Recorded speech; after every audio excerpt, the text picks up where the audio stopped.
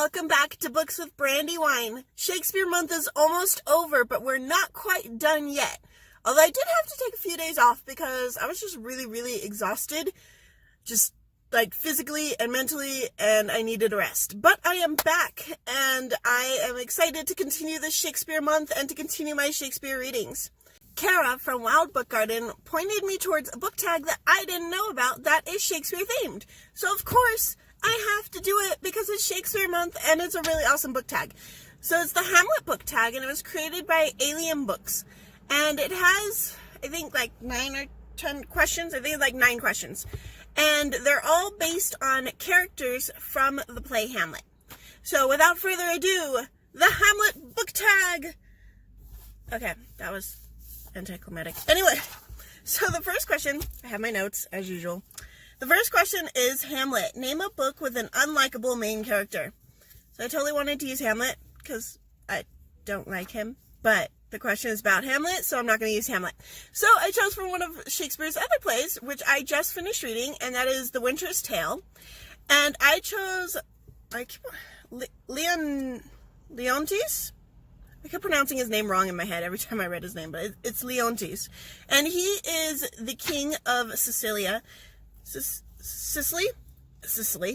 And he is the father of Perdita and the husband to Hermione. And I cannot stand him. And even though he was redeemed, he sucks. I hate him. He is horrible. Like, he doesn't even have any proof that Hermione's been cheating on him because she hasn't been cheating on him.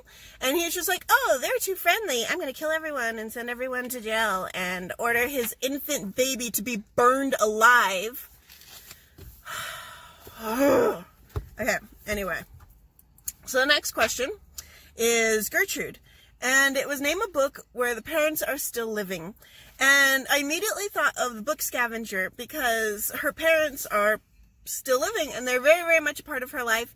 And they're like they're really cool because they just let her explore San Francisco as long as she tells them where she's going and who she's going to be with. Like, they're pretty cool parents. And it's a middle grade book, and I just realized I should move over so that I have space to put the movies. I mean, not the movies, the books, pictures of the books. But yeah, so for that one I chose The Book Scavenger. And the next one is Claudius. Choose a book with an unlikely villain. And for that I had to go back to the Book Scavenger series and choose the second book, The Unbreakable Code. And I'm not going to say who the villain is because most of the book is trying to figure out who the villain is, but it was an unlikely villain. So, and the next one is King Hamlet. Choose a book with a ghost apparition or any character from beyond the grave. And for that, I chose the book Ghosts I Have Been by Richard Peck. Oh, I forgot to say, Book Scavenger is by Jennifer Chambliss Bertman. I forgot to say that. But yeah, so Ghosts I Have Been by Richard Peck. If this is the book that I'm thinking of, and it was really hard to find because I was like trying to like Google the basic summary of the book, but no one like wanted to give out spoilers, and I need the spoiler in order to know if it's for sure the right book. And until I actually get my hands on a physical copy of this book, I'm not going to know if it's the right book. But I'm pretty sure, like 99% sure, that this is the right book. And basically it tells the story, from what I remember, of a girl that can communicate with ghosts, and she helps them be able to come to peace so that they can move on. And this was the second book in the series. Although I never read the first book, I just picked this up from my teacher's bookshelf. And she starts having visions of the Titanic on the night that it was sinking, and of a little boy who is on this Titanic and passes away on the Titanic. And I guess I won't give away the spoiler either of what happens and what the rest of the plot is about it. That was all I could remember is this boy's story. Apparently there's more to this book than this little boy's story, but his story was all I could remember from it. I read this book when I was in 7th grade. I had to think because I was only 1 year that I was at the school. So I was in 7th grade, and my teacher, her whole back of her classroom was just bookshelves, and we could borrow any of the books we want. So I actually ended up reading a lot of books that year that I would not normally pick up. about like ghosts and rapes and murders, and definitely books I would not normally pick up, but she had a ton of them on her bookshelf for some reason. And I really enjoyed them at the time, but now they'd be too scary for me. She had a lot of really scary books, but that was one of the books that she had on her bookshelf. Let's see, the next one, Ophelia. Name a book with a female character that deserved better. So this one I thought of Kerrigan Galadian from The Green Rider, written by Kristen Britton. And the reason I thought of her,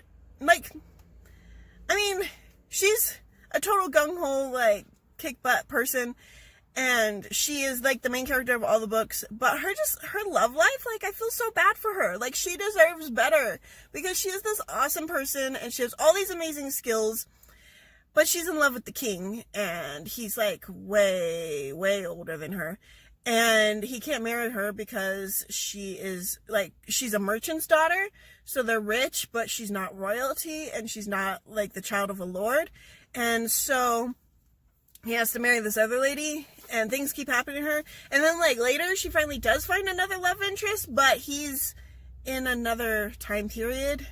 I think they were in the future. I can't remember if they were in the future. I'm pretty sure they were in the future. And so he can't go back with her because he's from the future. And so it's she deserves better. She deserves to get her love. She needs love. She is a loving person. She has a lot of heart to love to give, and she needs, she deserves better. So anyway, the next one is Laertes. And that was choose a book with a strong sibling relationship. So Laertes is the brother of Ophelia. But I immediately thought of the Harry Potter series, because who has a better sibling relationship than Fred and George Weasley? I mean, come on. It doesn't get any better than those two. And I'm still crying about that. But they were awesome. And even, the other Weasley, kids, except for Percy, but even he, redeems himself in the end. But they all stick really pretty well together, and they all help each other, and they all support each other, so that's awesome. And let's see. Polonius? Huh. Name a book with a controlling father or father figure. So I guess I just don't read a lot of books with controlling father figures, because I couldn't think of any of them. Then again, my memory is kind of short, so I usually only remember the books I've read recently. So I stretched it a little bit, and I chose King Triton from The Little Mermaid, because, technically The Little Mermaid was a book before it was a movie, and I don't remember how King Triton was in the book, but Hans Christian Andersen has some pretty, crazy, controlling, scary characters, so it wouldn't be far-fetched to say that King Triton was super controlling, and he's certainly super controlling in the movies. All of the movies, he's super, super controlling, especially Little Mermaid 3, or was that 1.5? Ariel's Beginnings, and, the first Little Mermaid, super controlling. So I'm gonna say, it was a book, but I'm gonna use the character from the movies. We're gonna pretend this is okay. Anyway. And then Rosencrantz and Guildenstern. Choose a book with a strong friendship. And for that, I thought of The Star Thief by Lindsay Becker. Those two main characters, they were best friends. They grew up together. They did everything together. And then when the boy leaves and ends up becoming a space pirate, star pirate guy thing, they still end up being best friends. He still betrays, the trust of his crew to try and help her and protect her, because they are best friends. They're practically siblings. They're so close. So, and then the last question was Horatio. Name a book where you changed your opinion about a character or the book itself. And for that, I had to choose Stardust by Neil Gaiman. If you watched the video I posted, I flip-flopped a lot on the book. I started out loving it, then I started hating it, then I started loving it again. I changed my opinion on that book a lot of times. I love it now. Now that I finished it, I love that book. It is awesome. But I changed my opinion on that book a lot. Mostly because I was comparing it to the movie. And so, I kept changing my opinion of the book based on how it compared to the movie. Was it lining up with the movie or not? But I still ended up loving it in the end. But I definitely changed my opinion on that book a lot. So those were all the questions from the Hamlet Book Tag. I'm going to, of course, tag it in the bottom, in the description, so you guys can go find it and do it yourself, because I would love to hear your guys' answers to to the different questions. And in the comments below, if you guys want to put like a comment on some of the characters that you thought matched the questions, or even just leave an emoji. I saw that on Twitter, I think it was, and I need to look it up because I can't remember who originally started it, but she said just leave an emoji, and I loved it because I would love to get emojis in my comments, whether they're just hearts because like they like the video, or like random things like dinosaurs and spaceships because they're random and they're awesome. I would just love to see it. So leave a comment, leave an emoji, leave whatever.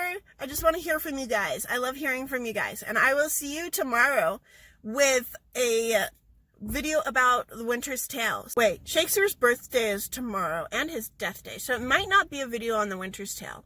Either way, I will see you guys tomorrow with a video. Toodles!